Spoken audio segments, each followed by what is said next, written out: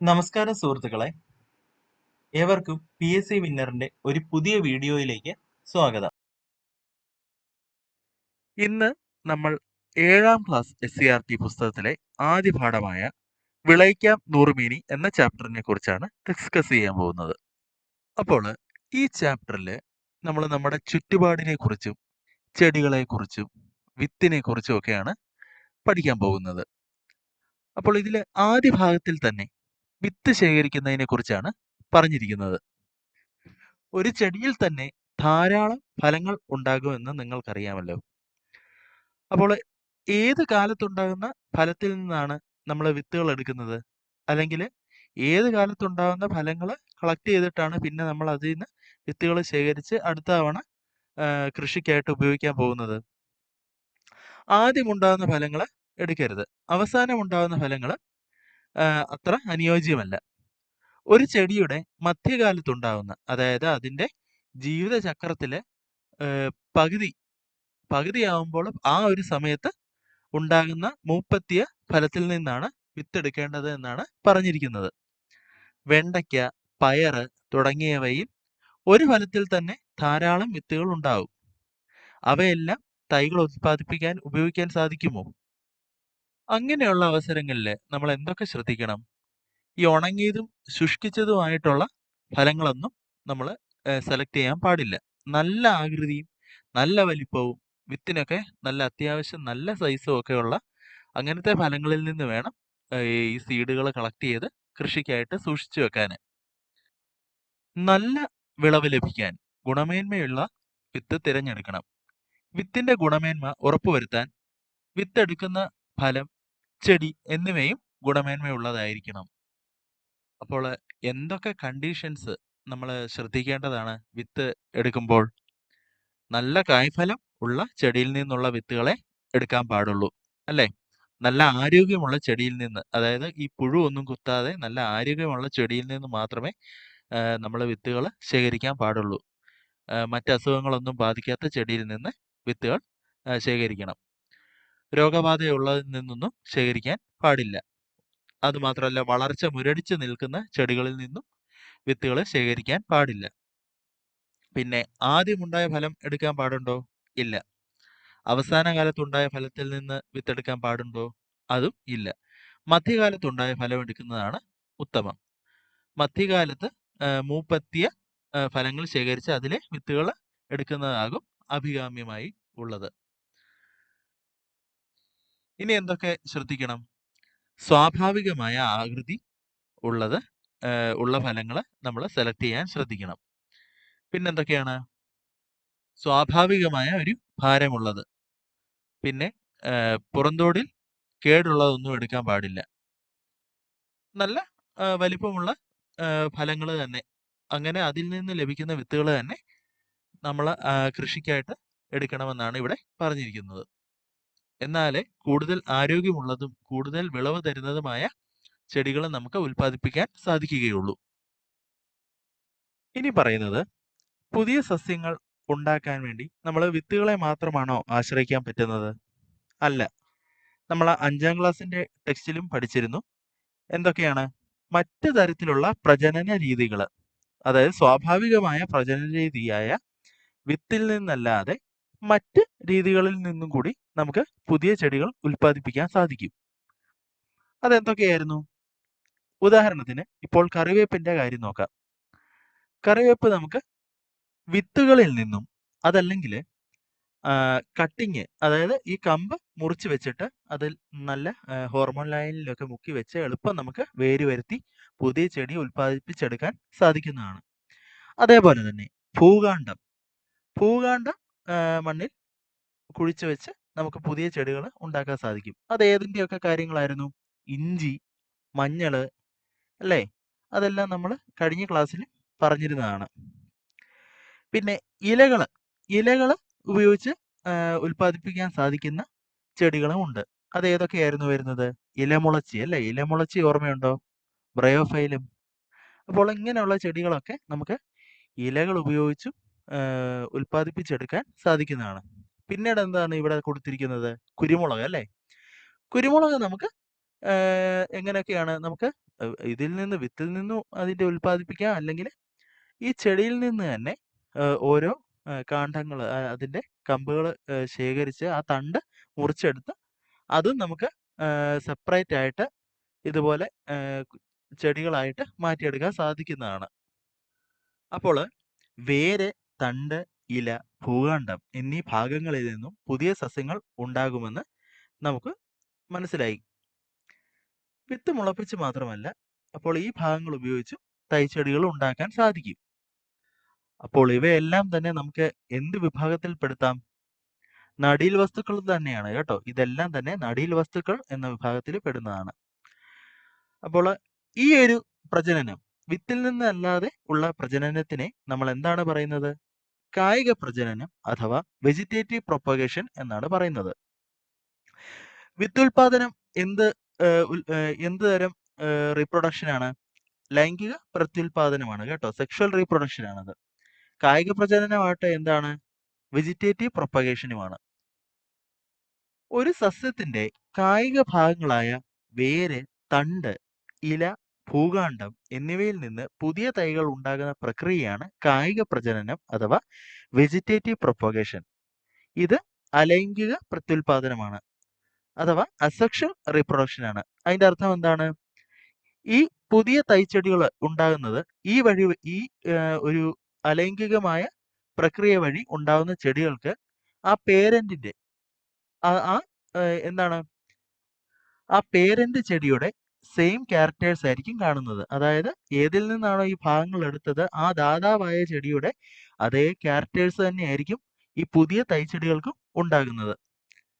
അപ്പോൾ അങ്ങനെ വരുമ്പോൾ ഒരു പ്രശ്നം എന്ന് വെച്ചാൽ, ഈ ചെടികൾക്ക് എന്തെങ്കിലും ഒരു രോഗമൊക്കെ ബാധിച്ചു കഴിഞ്ഞാൽ എല്ലാ ചെടികൾക്കും, അതായത് ഇങ്ങനെ അലൈംഗികമായി ഉണ്ടാക്കിയെടുത്തിരിക്കുന്ന ചെടികൾ, ഇപ്പോൾ എക്സാമ്പിൾ നമുക്കൊരു കറിവേപ്പിന്റെ ഒരു കറിവേപ്പിന്റെ തന്നെ കമ്പിൽ നിന്ന് കുറേ അധികം കറിവേപ്പുകൾ നമ്മൾ ഉണ്ടാക്കിയെടുത്തെന്ന് വിചാരിക്കുക. അപ്പോൾ ഒരു കറിവേപ്പിലയിൽ എന്തെങ്കിലും വൈറൽ രോഗം ബാധിച്ചു. അങ്ങനെ വന്നു കഴിയുമ്പോൾ എന്ത് സംഭവിക്കും? ഈ എല്ലാ ചെടികൾക്കും ഒരുപോലെ ഈ രോഗം പെട്ടെന്ന് പടർന്നു പിടിക്കുകയും ആ കൃഷി അങ്ങ് നശിച്ചു പോവുകയും ചെയ്യും. കാരണം എന്താണ്? അലൈംഗിക പ്രവർത്തനത്തിലൂടെ ഉണ്ടായിരിക്കുന്ന ചെടികളായതുകൊണ്ട് തന്നെ ഇതിന്റെ എല്ലാം ജനറ്റിക് കമ്പോസിഷൻ, ജീൻ എല്ലാം ഒരേ ഇത് തന്നെയാണ്, കോപ്പികളാണ് കേട്ടോ. അതിന് എന്താണ്, ഒരു ഡിഫറൻസ് വരുന്നില്ല. പല പല ചെടികളുടെ എന്താണ് ആ ജനറ്റിക് മേക്കപ്പ് ഇവർക്ക് കിട്ടുന്നില്ല. ഒറ്റ ഒരു പേരന്റിന്റെ തന്നെ ജീനുകളാണ് ഈ ചെടികളിലെല്ലാം തന്നെ കാണുന്നത്. അപ്പോൾ തന്നെ അവർക്ക് എന്താണ്, ഈ ചെടികൾക്ക് രോഗപ്രതിരോധ ശേഷിയൊക്കെ എന്താണ് അല്പം കുറവായിരിക്കും. അതേസമയം വിത്തുകൾ ഉണ്ടാകുന്നത് എന്തുതരം പ്രക്രിയയാണ്? ലൈംഗിക പ്രത്യുൽപാദനമാണ് കേട്ടോ. അപ്പോൾ ഇങ്ങനെയുള്ള ചെടികൾക്ക് എന്താണ്, ഈ രണ്ട് പേരന്റിന്റെ എന്താണ് ദാതാക്കളുടെയും ക്യാരക്ടേഴ്സ് കാണും. അപ്പോൾ അങ്ങനെയുള്ളത് എന്താണ്, ഈ ഓരോ പുതിയ ഫീച്ചറുകളൊക്കെ ഈ പുതിയ തൈച്ചെടികളിൽ കാണാൻ സാധിക്കും. ലൈംഗിക പ്രത്യുൽപാദനത്തിലൂടെ ഉണ്ടാകുന്ന ചെടികൾക്കാണ് അങ്ങനെ പുതിയ ക്യാരക്ടേഴ്സ് ഒക്കെ കാണാൻ സാധിക്കുന്നത്. അതിന്റെ രോഗപ്രതിരോധവും ഒക്കെ അല്പം കൂടുതൽ തന്നെയായിരിക്കും. അപ്പോൾ ലൈംഗിക പ്രവർത്തനം വഴി ഉണ്ടാകുന്ന കുറച്ച് ചെടികളും പിന്നെ അലൈംഗിക പ്രവർത്തനം വഴി തൈച്ചെടികൾ ഉണ്ടാക്കാൻ സാധിക്കുന്ന കുറച്ച് ചെടികളുടെയും ഉദാഹരണങ്ങൾ നിങ്ങൾ കമന്റിൽ ഒന്ന് എഴുതിയേക്കണേ. നമ്മൾ ലൈംഗിക പ്രത്യുൽപാദനത്തിനെ കുറിച്ച് പറഞ്ഞിരുന്നല്ലോ. ഇവിടെ എങ്ങനെയാണ് ഈ ഗാമേറ്റുകൾ തമ്മിലുള്ള ഫ്യൂഷൻ നടക്കുന്നത്? അതായത് ഈ ബീജ സംയോഗം നടക്കുന്നത് എങ്ങനെയാണ്? ഫലങ്ങളും വിത്തുകളും ഉണ്ടാകുന്നത് പരാഗണം വഴിയാണെന്ന് നമ്മൾ പഠിച്ചിട്ടുണ്ടല്ലേ. ഇങ്ങനെ ഉണ്ടാകുന്ന സസ്യങ്ങൾക്ക് മാതൃസസ്യത്തിന്റെ ഗുണങ്ങൾ മാത്രമാണോ ഉള്ളത്? അല്ല. ആ ഡോണറായിട്ടുള്ള ഈ പൂമ്പൊടി നമുക്കറിയാലോ അല്ലേ? പൂമ്പൊടിയാണ് സസ്യങ്ങളിലെ പുരുഷ ബീജം എന്ന് പറയുന്നത്. അതായത് മെയിൽ ഗ്യാമേറ്റ് എന്ന് പറയുന്നത് ഈ പൂമ്പൊടി ആണ്. അപ്പോൾ ഈ പൂമ്പൊടിയാണ് പരാഗണം വഴി എന്താണ് ഈ മാതൃസസ്യത്തിലേക്ക് പ്രവേശിക്കുകയും മാതൃസസ്യത്തിന്റെ പൂക്കളിലേക്ക് പ്രവേശിക്കുകയും പിന്നെ അവിടെ എന്താണ് ഒരു ഫലം ഉണ്ടാവുകയും അതിൽ വിത്ത് ഉണ്ടാവുകയും ചെയ്യുന്നത്. ഒരു ചെടിയുടെ കമ്പ് മുളപ്പിച്ച് പുതിയ ചെടിയാണ് ഉണ്ടാവുന്നതെങ്കിലോ അതിന് മാതൃസസ്യത്തിന്റെ അതേ ഗുണങ്ങൾ തന്നെയാണ് ഉണ്ടാവുക. ചെമ്പരത്തി, മരച്ചീനി, മധുരക്കിഴങ്ങ് തുടങ്ങിയവയുടെ കാണ്ഡം എളുപ്പത്തിൽ മുളയ്ക്കും അല്ലേ? പക്ഷെ പേരയുടെ കമ്പ് നട്ടാൽ മുളയ്ക്കാൻ ഇത്തിരി പാടാണ്. കമ്പിൽ വേര് മുളപ്പിക്കാൻ കഴിയും അല്ലേ? പേരമരത്തിന്റെ കമ്പിൽ നമുക്ക് വേര് മുളപ്പിക്കാൻ സാധിക്കും. അപ്പൊ അങ്ങനെ ചെയ്യുവാണെങ്കിൽ ഒരു ഗുണം എന്താണ്? പേരമരം പെട്ടെന്ന് കായ്ക്കും. അപ്പോൾ എങ്ങനെയാണ് നമുക്ക് അങ്ങനെ ഒരു പേരമരത്തിന്റെ കമ്പിനെ ഒരു തൈയാക്കി മാറ്റിയെടുക്കാൻ സാധിക്കുന്നത് എങ്ങനെയാണ്? നമ്മൾ പല രീതിക്ക് നമുക്ക് ഒരു മാതൃസസ്യത്തിൽ നിന്ന് പുതിയ ചെടികളെ ഉണ്ടാക്കാം. അതിലൊന്നാണ് പതിവയ്ക്കൽ. പതിവയ്ക്കൽ അഥവാ ലെയറിങ്. അപ്പോൾ ഈ പതി വെച്ചുണ്ടാക്കുന്ന തൈകൾക്ക് ഒരു പ്രത്യേകതയുണ്ട്. എന്താണെന്നറിയുമോ? ഇതിന് തായ്വേര് കാണത്തില്ല കേട്ടോ. തായ്വേര് കാണത്തില്ല.